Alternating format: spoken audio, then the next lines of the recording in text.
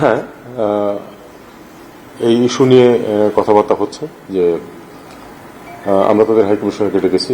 এটার ব্যাপারে তাদের কিছু আমরা যা কিছু বলেছি এ নিয়ে তারা গ্রহণ করে, তাদের কিছু দ্বিমত আছে বিষয়ে। একইভাবে আমাদের হাইকমিশনারকেও তারা ডেকেছে। এটা খুব অপ্রত্যাশিত না, সাধারণত এটা ঘটে, একজনকে ডাকা আরেকজনকে ডাকা হয়। এখানে বিষয়টা হচ্ছে যে যে প্রশ্নটা উনি করেছিলেন যে আসলে এটাকে আমরা অন্য একটা ফেজে প্রবেশ করলাম কিনা, এটা বলা খুব কঠিন যে আরেকটা ফেজ শুরু হলো কিনা। কারণ আমাদের তো এটা বাস্তবতাকে মেনে নেওয়াই ভালো যে আসলে তো ওই সরকারের শুরু থেকে আজকে পর্যন্ত টানাপোড়েন তো আছে ভারতের সাথে টানাপোড়েন ছিল। এটা মেনে নিয়েই আমরা সবসময় বলে আসছি যে আমরা একটা গুড ওয়ার্কিং রিলেশন চাই। তো আমরা চাইলে সেটা যে হবেই এমন তো কোনো কথা নেই। তো এখন সম্পর্ক দুই পক্ষ থেকেই তো সেটাকে এগোনোর চেষ্টা করতে হবে।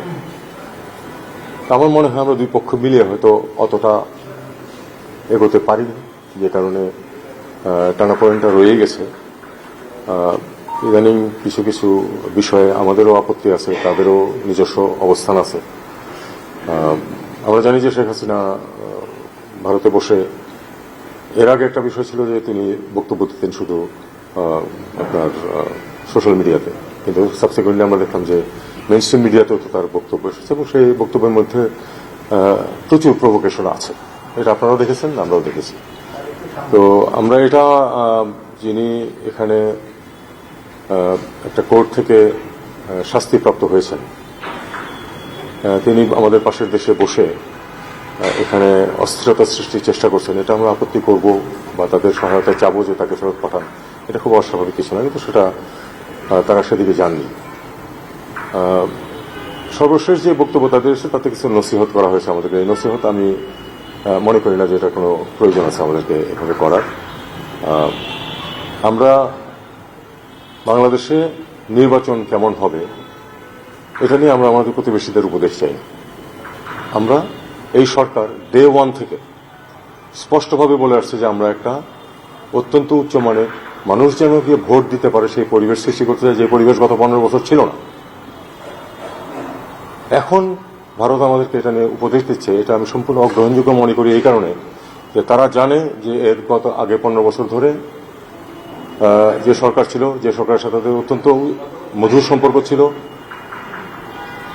তখন কিন্তু এই যে নির্বাচনগুলি প্রহসনমূলক হয়েছে তখন তারা একটু শব্দ উচ্চারণ করে না। এখন সামনে একটা ভালো নির্বাচনের দিকে আমরা যাচ্ছি, এই মুহূর্তে আমাদেরকে নসিহত করার তো কোনো প্রয়োজন নেই। আমরা জানি আমরা কি করব।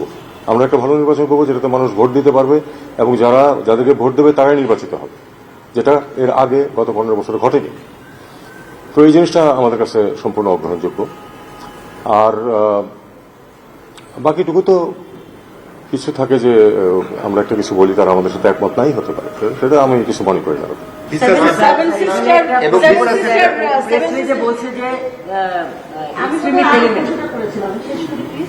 সেভেন সিস্টারের কথা আমার এক কলিগ বলছিলেন যে জুলাই যোদ্ধারা সেভেন সিস্টার বিচ্ছিন্ন করার বিষয়টা বলছে, এবং ভিসা সেন্টার নিয়েও যেটা বলতে চাচ্ছিলাম যে আজকে বন্ধ। ভিসা সেন্টারের বিষয়টা হলো যে আজকে যেহেতু একটি প্রোগ্রাম ছিল, কর্মসূচি ছিল, কাজে সেটার ব্যাপারে তো ভারতীয় যে সেন্ট্রাল অফিসার তারা বন্ধ রাখতে পারে, কারণ তাদেরও তো নিরাপত্তার প্রশ্ন আছে। আমরা নিরাপত্তা যেন ভীত না হয় সেটা আমরা চেষ্টা করেছি এবং আমার মনে হয় আমরা সফল হয়েছি।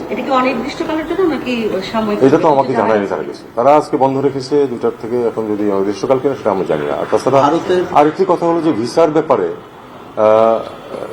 যে কোনো দেশ তাদের সিদ্ধান্ত নিতে পারে, এ ব্যাপারে কিন্তু অন্য দেশের কোনো কিছু সত্যিকার অর্থে কোনো কিছু বলা। স্যার, এটার সাথে খুবই রিলেটেড একটা প্রশ্ন। এই টানাপোড়েনের সময় আমরা অনেক দেশকে দেখেছি, ভারত কানাডার ক্ষেত্রেও দেখেছি যে স্ব দেশে নিজের মিশনকে একটু শ্রিঙ্ক করে, ছোট করে। এরকম কোনো কিছু করার কথা বাংলাদেশ ভাবছে কিনা? যদি দেখা যায় যে আমার অফিসারদের জন্য অ্যাডিকুয়েট কাজ নাই, তখন আমরা সেটা শ্রিঙ্ক করার চিন্তা করব। এই মুহূর্তে আমি মনে করি না যে সেটা প্রয়োজন। স্যার, ভারত হচ্ছে একটা বক্তব্য দিয়েছে, তাদের যে প্রেস বক্তব্য প্রেসে দিয়েছে সেটার মধ্যে দিয়েছে যে অন্তর্বর্তী সরকারকে আর মানে রিকোয়েস্ট করেছে যেন ভারতের হাই কমিশনের সেফটি অ্যান্ড সিকিউরিটি সেটা তো করা হয়েছে, আজকে প্রোগ্রাম ছিল এবং সেটা আমরা ব্যবস্থা নিয়েছি। উদ্বেগ আছে কিনা রিস্ক? না, দেখুন, যখন একটা প্রোগ্রাম থাকবে যে তাদের তাদের ওই মিশন অভিমুখে যাত্রা করবে একটা গ্রুপ, তখন তাদের একটু কনসার্ন থাকবে। এটা খুব অস্বাভাবিক কিছু না। এটা কলকাতায় যখন আমরা খবর পাই যে তারা একটা মিছিল নিয়ে আসবে, আমরা তাদের পুলিশকে বলি এবং তারা ব্যবস্থা নেয়। ক্ষেত্র বিশেষে এটা সফল হয় না, যেমন আগরতলাতে আমাদের মিশনের উপর আক্রমণ হয়েছিল। কলকাতায় একবার আমার মিশনের, আমি তখন ডেপুটি হাই কমিশনার, ঠিক বাইরে এসে তারা ট্রাকের উপর থেকে আতশবাজি করেছে। এগুলো হয় ঘটনা, কিন্তু এটা ইনফর্ম করা হয় এবং সাধারণত পুলিশ ব্যবস্থা নেয়। আপনি প্রতিরোধ করার কথা বললেন যে ভারত ইলেকশনের ব্যাপারে যেটা আগে করে নাই এখন করছে, কিন্তু স্যার আমরা কিন্তু পাশাপাশি এটাও দেখছি যে অন্য দেশও যেমন যুক্তরাষ্ট্র বা ইউরোপিয়ান দেশ তারাও কিন্তু এই নির্বাচন, বাংলাদেশের নির্বাচন বিষয়ে এই ধরনের কথা বলছে। তো আপনার এই নৈতিকতার যে বিষয়টা, দেখি তাদের ক্ষেত্রে আপনি একই পরামর্শ দিচ্ছেন? না, বিষয়টা কিন্তু একরকম না। তাদের সাথে আমাদের কিছু যোগাযোগ সবসময় আছে এবং তারা নির্বাচন কমিশনের সাথেও যোগাযোগ আছে, কারণ আমরা চাই যে তারা এখানে পাঠাক, তাদের অবজারভারদেরকে পাঠাক। সেটা কিন্তু এইভাবে স্টেটমেন্ট দিয়ে যে আমাদের অবস্থানটাকে গ্রহণযোগ্য না, এই ধরনের কথাবার্তার পাশাপাশি যে বলা যে এই রকম হতে হবে নির্বাচন, এটা এই নসিহত আমরা গ্রহণ করতে পারি না। বিশেষত এই কারণে যে তাদের তো এই সেন্টিমেন্টটা দেখা যায় না গত 15 বছর, হঠাৎ করে এটা কেন চেয়ে উঠল। আপনি বলছিলেন যে ভারতে বসে সাবেক প্রধানমন্ত্রী শেখ হাসিনা স্টেটমেন্ট দিয়ে থেমে থাকেন নিয়ে তিনি সাক্ষাৎকার দিচ্ছেন এবং সেটি অব্যাহতভাবে আছে, এবং যেদিন নির্বাচনের তফসিল ঘোষণা করা হয়েছিল তখন স্টেটমেন্ট দিতে দেখেছি কঠিন সাক্ষাৎকারের ক্ষেত্রে।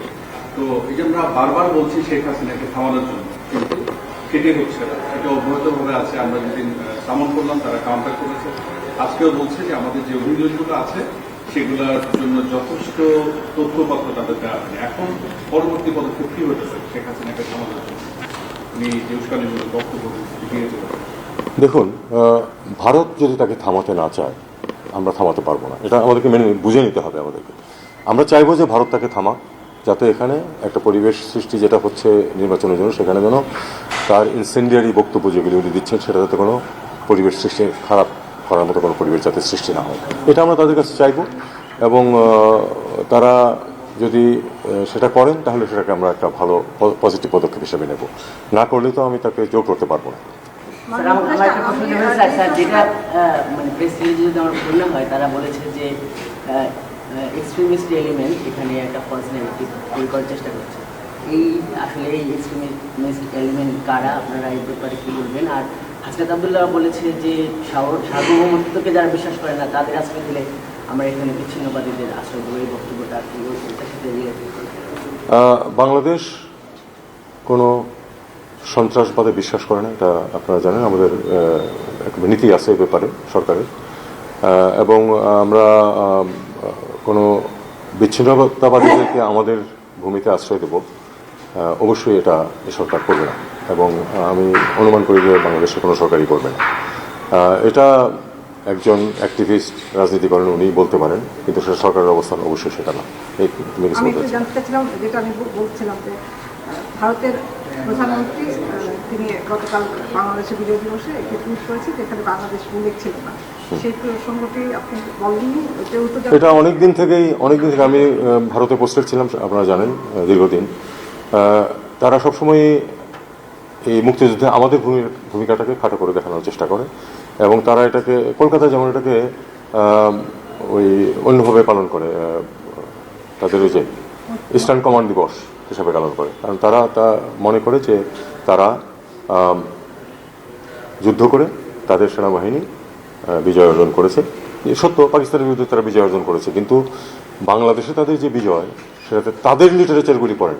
আমার বইয়ের মধ্যেও তার কিছু কিছু রেফারেন্স আছে। তাদের বিশেষজ্ঞ যারা, তারাই বলতেছে যে যেভাবে সফটেন করে রেখেছিল পাকিস্তান আর্মির রেজিস্ট্যান্সকে, সেটা না করলে ভারতের এই বিজয় অর্জনে অনেক সময় লাগতো, অনেক বেশি ক্ষয় হতো, অনেক মানুষ নিহত হতো। কিন্তু মুক্তিযোদ্ধারা যেহেতু পূর্ববর্তী, আপনি 9 মাস না ধরুন, 6 মাস ধরুন, যখন থেকে তারা ফুললি অ্যাক্টিভ হয়েছে।